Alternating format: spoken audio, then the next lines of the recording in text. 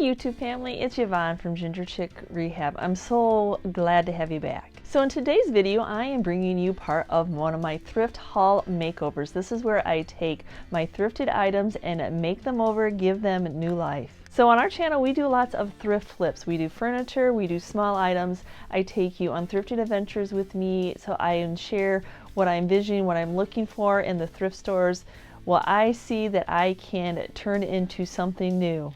I just love taking unwanted, unloved, outdated items and just giving them new life.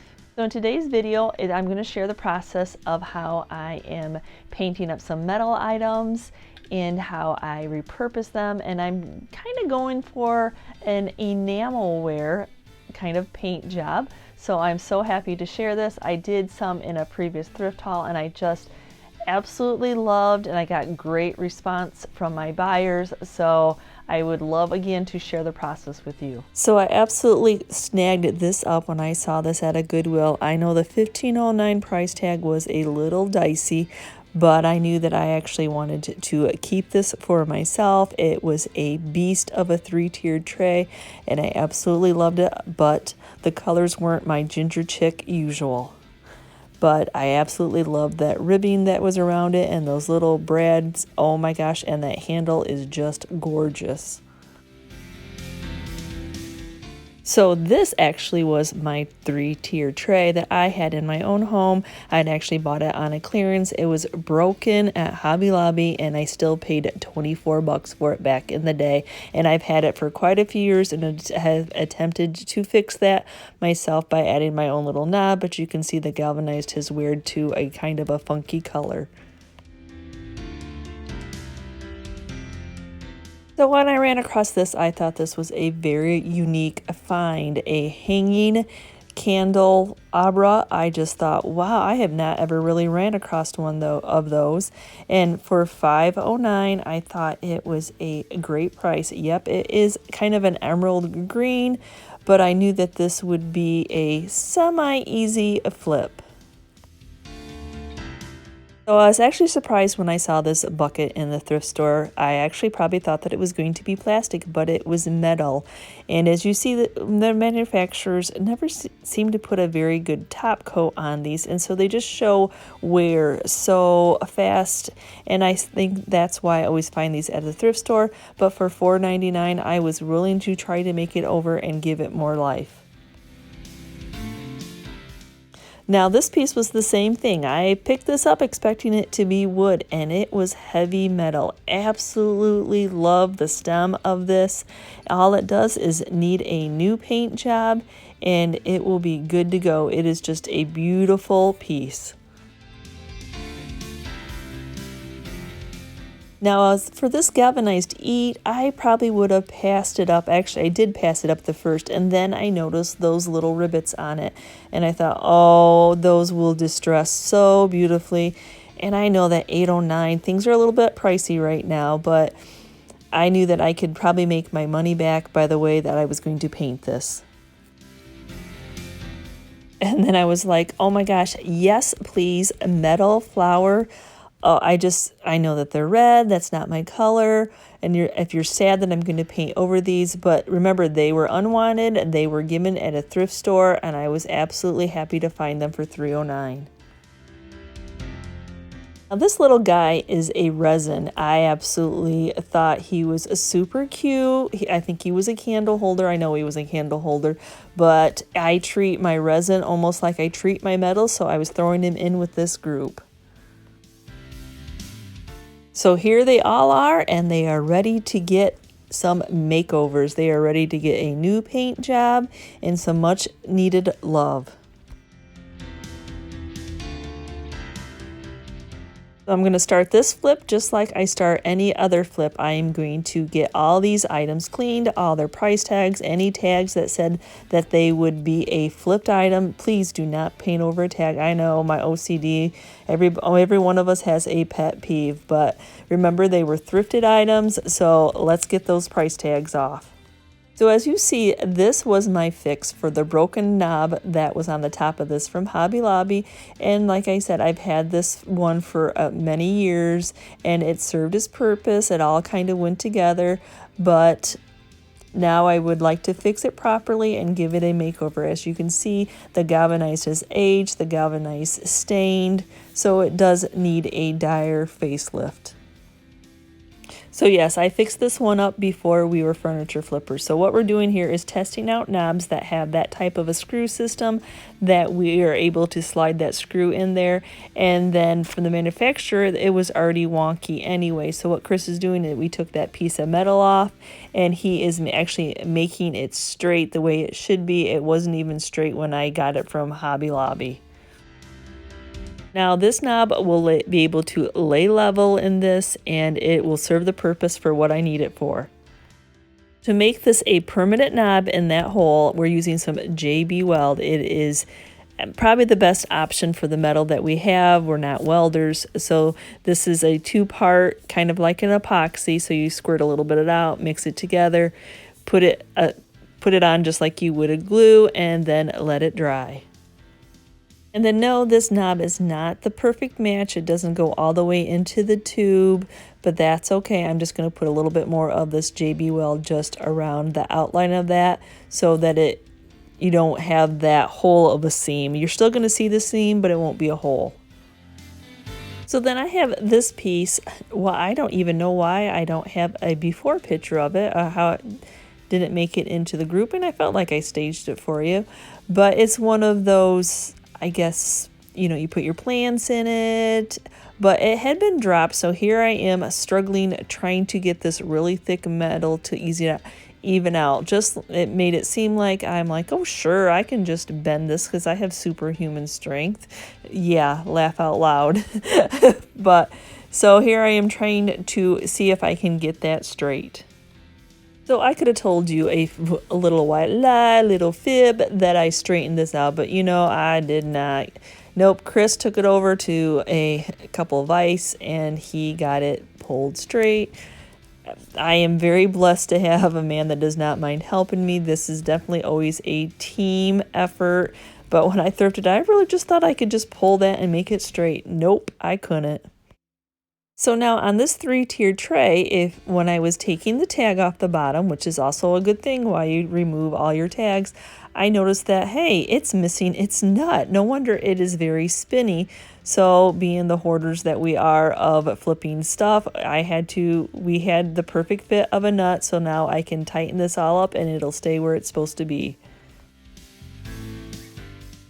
So now on this candelabra, I am going to be removing, okay, well, let me admit it. Chris is going to be removing the little pointer things that keep on a real candle. I like to sell them so you can put any kind of decor on those. And so, yes, I don't have a grip strong enough. These did not unscrew, so they had to be cut off.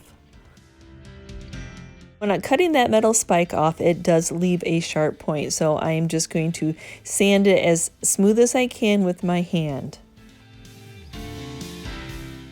And then even though I sanded it, I know that there is some wax on this and that will definitely mess up your paint job. So I'm just using my heat gun, trying to remove any more wax. What will happen is the heat gun will melt it. You'll see a little bit of wet spot and then I'll clean it off. Then also I will add a little bit of the CA glue, the Star Bond CA glue, to where we snipped that metal spike off. What that'll do is, one, make sure that we didn't loosen up it at all, and then it'll also help build a barrier so I know that it's not sharp and it's not going to hurt anybody. And remembering to stick my CA glue tip in Vaseline so the lid does not glue onto it. And then I will take some sandpaper over where I glued just to make sure that it is as smooth as I could get. Yes, you will see it, but at least it won't be a spike and you can put some decor on it. So I love the look on the back of these flowers. I do not want to be painting that at all. And so instead of using a whole bunch of masking tape, I'm like, hey, I have this clear contact paper that I use. So I decided to see if it would stick on the back of this metal bowl. And it did. And absolutely, why haven't I not thought about that before? I have tons of this clear contact paper.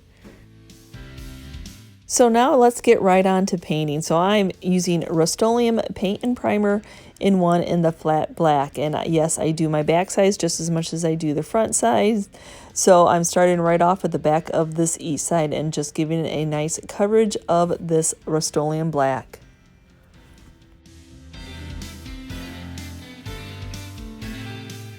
Then here's where you can really see all that wear on this metal bucket, but I absolutely love it. I love the size of this, so I'm excited to get this painted up with the Rust-Oleum also.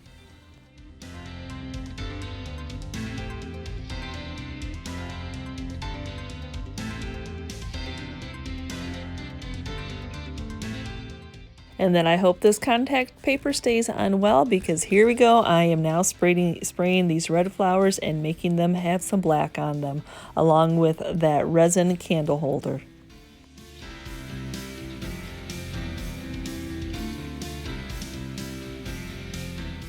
Does this give you a little bit of perspective of how big this 3-tier tray is? Oh my gosh, I just love it. And I put those little blocks down because it's a round object and it wants to roll, and I'm not worried about that one side. I'm going to try to, that's on its side, I'm trying to get the most coverage I can. This is a little bit more harder of a object to get into those areas. Just don't overspray that you have drips.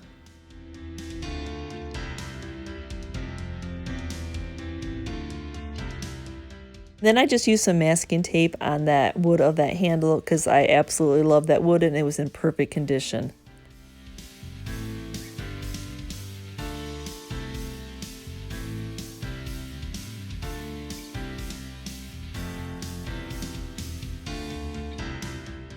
Now I like to, before I move my piece, before I flip it over to get the other side painted, I like to protect that paint right off the bat. I like to spray polycrylic right on it. I notice that if I try to not do this, and sometimes I mark up that paint that I just put on there, but if I seal that in with polycrylic and then flip it over, it does not mark up. So now this is a step that I always do, and I'm okay that I overspray on the next coat or over poly, at least I get it all protected. And then after that polycrylic is dry, then I feel comfortable that I can move that object and I'm not going to mar up that paint. And now I can get all the little parts and pieces that I didn't get with that first coat. And then I have to say, on this metal riser, this metal candlestick, I did the same thing with that contact paper. I just attached it to the bottom of where that velvet was. I absolutely love that idea and it's working out great. And then as you see, I got my most coverage when I flipped this piece over to begin with, and so now I really just need to cover the top. So on my last Sunday Funday thrift haul makeovers, I used this Waverly white paint on some metal and made it kind of resemble enamelware, and I absolutely fell in love with the look. So when I saw that tiered tray, when I thrifted that, that's exactly what I thought that I wanted to do.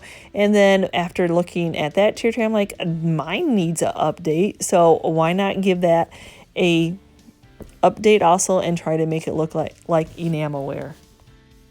So I had purchased this white really soft brush where I got the Waverly paint from at Walmart, and I absolutely think that that helps make it go on really smooth too. No, I am not painting the entire piece white. What I'm doing is just those sides, just where those seams are, and just trying to very gingerly that this is the time consuming, but I fell in love with enamel tier tray that I had seen at our local TSC store, and they had a $59 price tag on it, and I'm like, yep, that's why I picked that one up for $15.09. I thought that it was beautiful and I love the look of enamelware.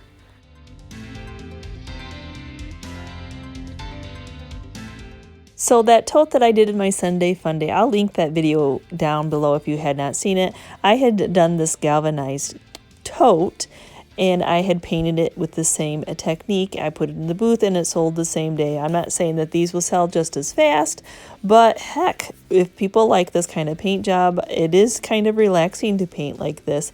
So yep, I'm going to do the whole outside of this black bucket, but I love the look of it, and I think that it's worth the time. Well, I know I'm going to have to go back through and touch up anything that might get on the rim, but I thought, well, let me see if this works a little bit easier. Nope, it didn't matter. I didn't want to tape off because one, the tape's never going to make a clean line, and the chances of the tape deciding that it wants to pull off the paint, even though I have it nicely painted, this is just easier to clean up that black line.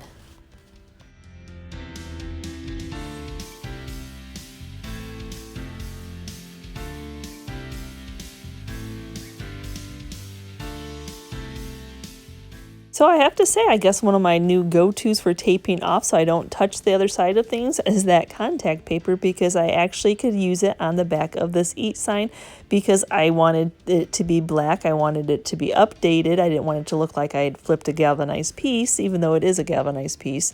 So that was kind of nice. So I just am gingerly working around this piece. I do have it on a turntable. If you do not have a turntable, there always seem to be in the thrift store. It is so handy to be able to spin your piece like this while you're working on it.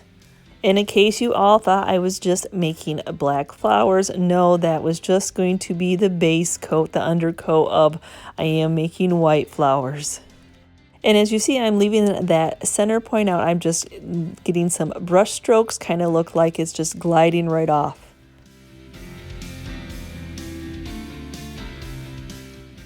And then yes, I am doing the exact same thing to this beast of a tier tray also, just trying to gingerly follow that seam. I am covering up the little dots, the little ribbon, metal ribbon that's around it, because that's the area that I'm going to be distressing. But I know I'm still in awe of this 1509 beast of a tier tray.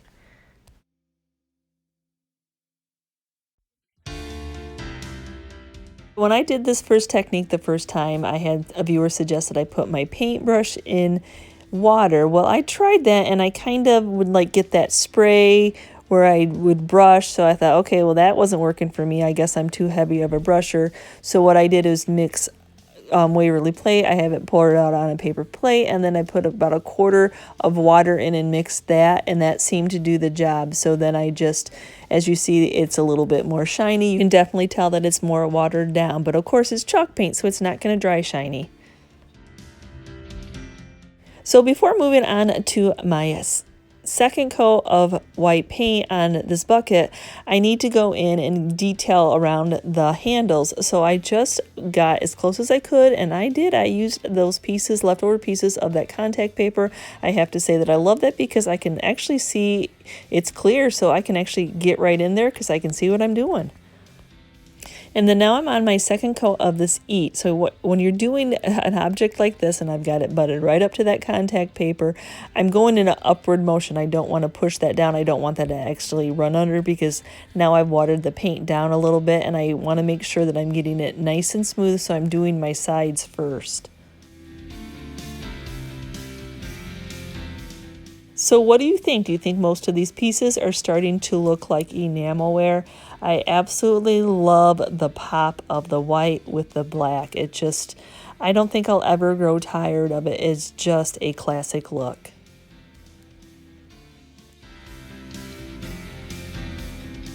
So here's one of my favorite parts to painting, is getting to distress a piece. I know, taking paint off, go figure. So then I just have a damp cloth, and what I'm doing is I'm rubbing it on those areas, those raised areas, those little brads and those little raised seams, and I just want to be able to see some of that black. That's why I spray painted the black and then I polycryliced it in. If I would go to use sandpaper on this, the chances of me going all the way back down to the metal and it would show. So that's why I chose to use chalk paint on this type of technique, because I don't want to have to sand it. If I used my Kills paint and primer, I would have had to sand it. I can't water distress the Kills, and I don't want to get back down to that metal.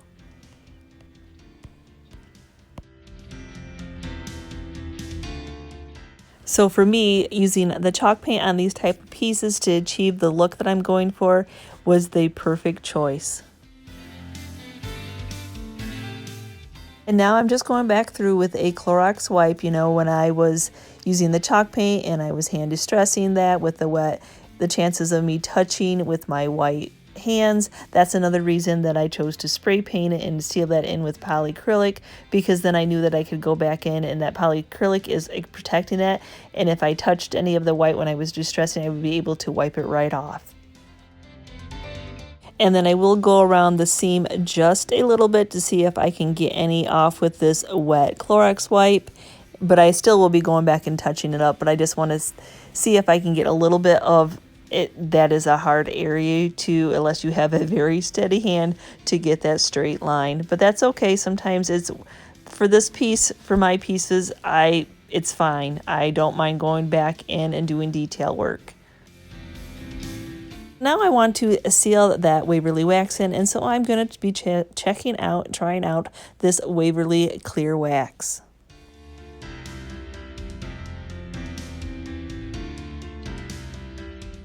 So now I need to make this flower look like a flower. So I'm just going in and water distressing this also. That's why I said it's so nice to spray this with Rust-Oleum and then spray a layer of the polycrylic, because I know that paint is not going anywhere. And so when I'm water distressing it, I know that that black is going to show through perfectly. And now we can see the petals of the flower.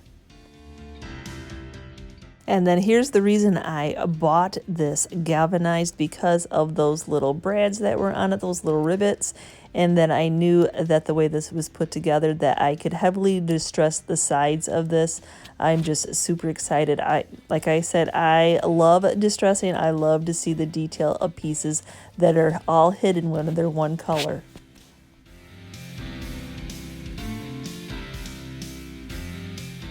And I just needed to share with you how well that contact paper worked on the back of this. I just absolutely love it. Yep, I'll be distressing those back edges too, but wow, it just made it so clean back there.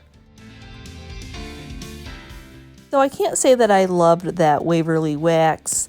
It kind of seemed like it was still distressing the piece. So I'm actually went back to my Varathane finishing wax on the rest of the pieces that that doesn't seem to be as watering and as distressing of the pieces. It's doing what it's supposed to do and seal that paint in. So yes, I told you I was going to go in and clean up my little sides. So I'm just taking some Waverly chalk paint in the ink, and I just have this little piece of leftover contact paper that I put in our furniture drawers, and I'm just gingerly going and touching up those rims so it's a little bit more of a crisper line. And then I know that a tier tray is used a lot for decorations, and plus I added that ink chalk paint on there, so I'm just giving another light coat of polycrylic to seal this all in. So for my bucket piece to finish this up, I am just taking what I used for that Clorox wipe, and I'm just wetting it down. What I want to do here is I'm just wanting to smooth it out. I don't really want to distress it too much as smooth the chalk paint out. And yes, I sealed all the pieces in with wax and then gave them a coat of polycrylic to finish it off, so I know that that paint is good and on there. And now I'm finishing up this little bucket, just giving it some details. As somebody that reupholsters chairs, oh my gosh, I think this webbing is beautiful, and someday I hope that I get to make a chair with the webbing where you get to see it. But I thought I would take a piece of the webbing and I would put it on this bucket along with a little bit of jute. And then if you wondered what happened to that little candle holder, that resin candle holder, I started to paint it white, and then I'm like, no, I want to make this look like cement. So I have ink chalk paint and I have white chalk paint, so I should be able to make a gray.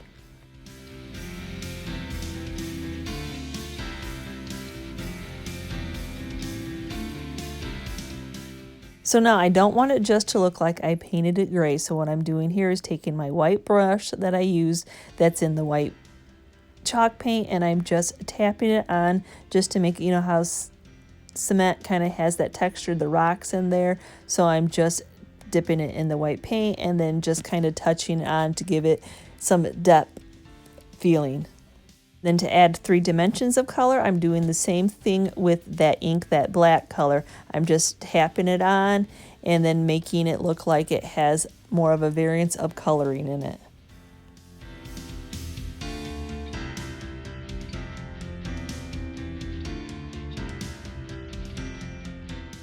And then to finish it off, I am taking some leftover Waverly wax that we have used earlier on a project, and I'm watering it way down, and I'm going to be applying it over this gray because that just looks a little too much still like paint to me. Now for this riser, this candlestick, I am just taking some steel wool over it just to take a little bit of the shiny left on from the polycrylic. I just Rust-Oleum sprayed them, polycrylic to seal that in, and now I want to take a little bit of that shine off using some fine grit steel wool. And then I'll do the same thing on this candelabra along with the plant cubby. And then I will be finishing these up with some Waverly wax. Now you watch this candlestick, you'll still kind of see a ring from where the candle had bled and it had ruined the metal, but wait until I add this Waverly wax to it. It goes bye-bye and it becomes a beautiful piece again. Yes, that Waverly wax trick over black is not just for wood. It works beautifully on metal also. It just richens that up and just gives it that patina, that nice finished patina. And yes, I do the exact, I use that Waverly wax on this too. You have all that detail on this piece also, and it just richens it up and just gives a little bit more details to those details. So what do you think of this piece? Is this something that you would have just left behind? It was rusted, it was bent, which I didn't even notice, but I just know that it is a rare find. This is not something that when I'm out thrifting, I come along very often. It can be an outside piece, it can be an indoor piece. I just absolutely love it. I probably won't put it in my booth until we get closer to the springtime, but I absolutely love it. So for me, this is another rare find, which I tried really hard to find an area in our shop that I could display it and hang it so you could see it in all its glory, but I absolutely love it. I like that we're able to take those spikes off, and now you can use maybe those battery operated with remote control candles that are a lot safer than the candles that you burn, but I absolutely love flipping pieces like this.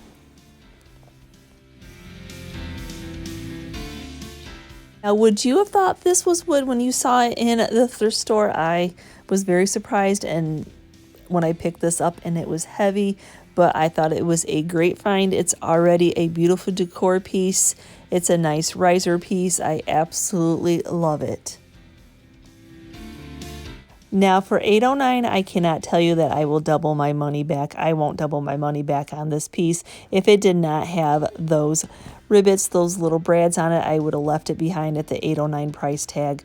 But I just think sometimes you put pieces in your booth because you know they will attract people, and people are gonna, I would go in a booth to check this piece out myself. Okay, for those of you who are going to be mad at me because I painted over that red, but look how gorgeous these turned out. These are now a great addition to anybody's home, anybody's colors theme. For me, black and white is a neutral, and you can give anybody a black and white gift. And I just absolutely love that I was able to use that contact paper, and I was able to save that metal on the back. So part of thrifting and part of owning your own booth that you get to change out your decor and sell things when you get tired of it. This is now going to be my new tier tray. I absolutely love it. I will not be selling this one. This is a beast, and I love to display my small collective finds that I think are so precious that I keep myself. I absolutely love how these tier trays both turned out, and you can't even really tell that that is a replacement knob on that one. So do you ever think to yourself going, why didn't I do that forever ago? So I had fun with this piece. I had fun making this look like cement. I loved having those 3 different colors play on each other. I could have maybe went a little bit lighter with some more white. You know, sometimes when you dump in bottles, that paint comes out faster than you want it, and it's already mixed together. But I do love that this looks like a cement piece, and as you can tell from this little cement succulent, of course I thrifted it. It's a little bit darker than that, but I still like it. And I know I could have probably stenciled some words on this or put some vinyl lettering, but I just love the pop of that jute and that color of that webbing with this bright white of this enamel looking. I just absolutely love that look, and sometimes it's nice to do something a little bit different. So what did you think of my thrift flips? What did you think of me attempting to make items look like enamelware? I had a lot of fun doing it. I have to say it was very relaxing. I know it might have seemed a little time consuming on videos, but sometimes painting is relaxing. It's a great distressor. So as always, give me a comment of your favorite. Would you have passed in anything? Would you not have attempted? And remember, this is a team effort. Yep, I needed Chris's muscles. 30 years of hairdressing, my hands are not as strong as I would like them to be. So I'm very blessed that this is a team and he is very willing to help me. So again, if you are part of my YouTube family, thank you, thank you, thank you. You have helped me grow over 20,000. I'm still at awe that you love me and Chris's kind of content and all your kind words and your kind comments. They are so supportive. So as always, don't forget to give me another comment of what you liked and give me that thumbs up so YouTube knows you like this kind of content and they'll keep recommending us. And if you are new to my channel, please hit that subscription button along with the notification bell so you know when I've uploaded a new video. Thanks again for watching.